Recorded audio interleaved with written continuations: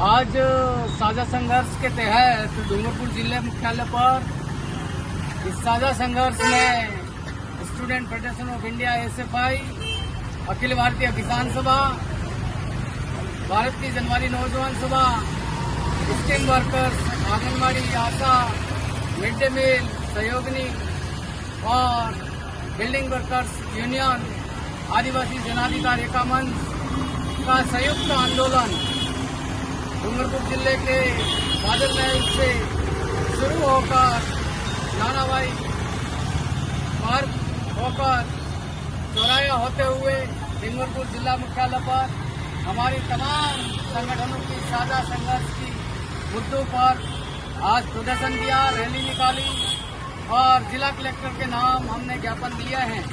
हम जिला कलेक्टर, जिला प्रशासन से निवेदन किया है कि हमारे मुद्दे पूरे डूंगरपुर जिले के विद्यालयों में शिक्षकों व प्राध्यापकों के रिक्त पद हैं, वो रिक्त पद तुरंत प्रभाव से भरे जाएं और महाविद्यालयों में जो रिक्त पद चल रहे हैं वो अतिशीघ्र भरा जाए।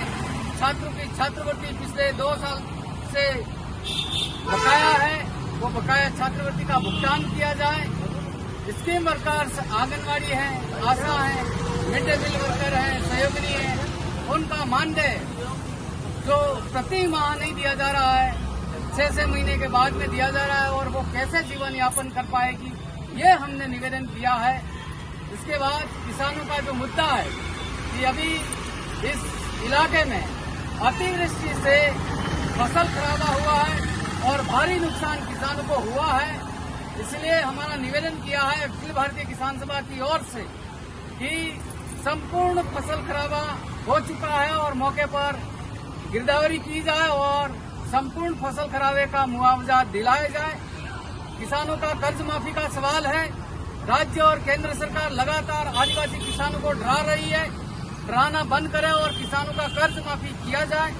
हम देख रहे हैं डूंगरपुर शहर के आसपास, सड़कों के आसपास, नेशनल हाईवे के आसपास जो किसानों पर जो है जबरन दबाव बनाकर भूमाफिया जमीन हड़प रहे हैं, इस भूमाफियाओं के खिलाफ कार्रवाई की जाए और ऐसी हरकत बंद की जाए।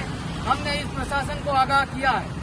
इस ज्ञापन में हमने मांग की है कि आदिवासी इलाके के इस टीएसपी क्षेत्र के नौजवानों के लिए एक विशेष भर्ती राजस्थान सरकार खोले और हमारे नौजवानों को नौकरी दें, उनका भविष्य जो सुधारें, ये हमारी एक डिमांड रही है।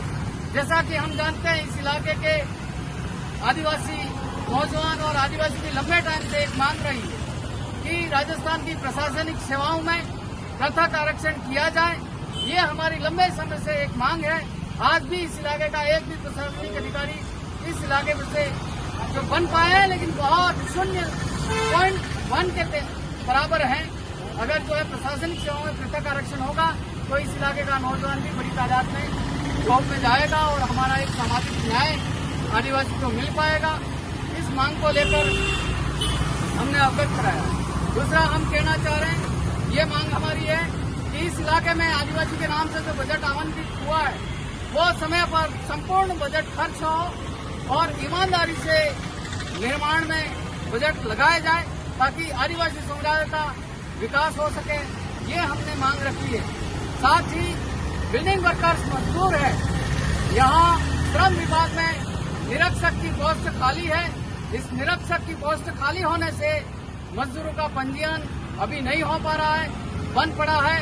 तो हमने निवेदन किया है मजदूरों का जो पंजीयन शुरू करा जाए और निरीक्षक का पद जो अतिशीघ्र भरा जाए और मजदूरों के बच्चों का छात्रवृत्ति नहीं मिल रही है। राजस्थान सरकार के श्रम विभाग के पास में 10,000 करोड़ रुपया पड़ा हुआ है और हमारे यहाँ मजदूरों के बच्चों को छात्रवृत्ति या शुभ शक्ति का पैसा नहीं मिल रहा है और जो है उनके औजार के लिए पैसा नहीं मिल पा रहा है।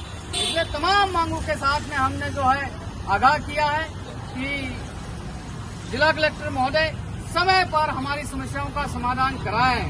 नहीं कराई तो आने वाले दिनों में सड़क हमारे साझा संघर्ष आंदोलन के होंगे और सरकारी ऑफिसों में प्रशासन को कैद करने का काम हम आने वाले दिनों में ईमानदारी से करने के लिए हम तैयार हैं।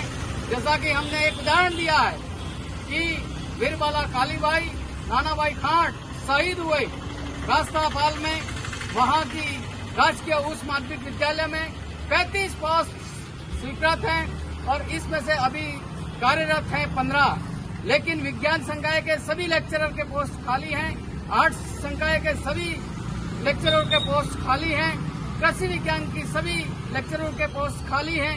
हम देख सकते हैं कि आजादी के उन सिपाहियों के ये थोड़ी सपने थे। इसलिए हम आने वाले दिनों में हम ये लड़ाई पूरे जिले के हर विद्यार्थी तक, हर विद्यालय तक, हर कॉलेज तक और कॉलेज के हर विद्यार्थी तक और नौजवानों तक ये लेके जाएंगे। आने वाले टाइम में एक बेहतर समाज बनाना है तो हम ये संघर्ष करके उन तमाम मुद्दों को प्रशासन के सामने लाएंगे और प्रशासन को मजबूरन करना पड़ेगा। ये हमारा संवैधानिक अधिकार है। अगर प्रशासन गलत फ्रेम में है तो ये बच के रहे, ये हम निवेदन करना चाहते हैं कि समय पर समाधान किया जाए। नहीं तो एक तरफ सरकार होगी, एक तरफ हम साझा संघर्ष के आंदोलन के संघर्षकारी साथी होंगे। यही बात कहता हूँ। सभी साथियों को धन्यवाद। आइए सब मिल करके हम लड़े हमारे लोकतांत्रिक अधिकारों के लिए। लड़ाई के अलावा और हमारे पास में रास्ता नहीं है। धन्यवाद साथियों।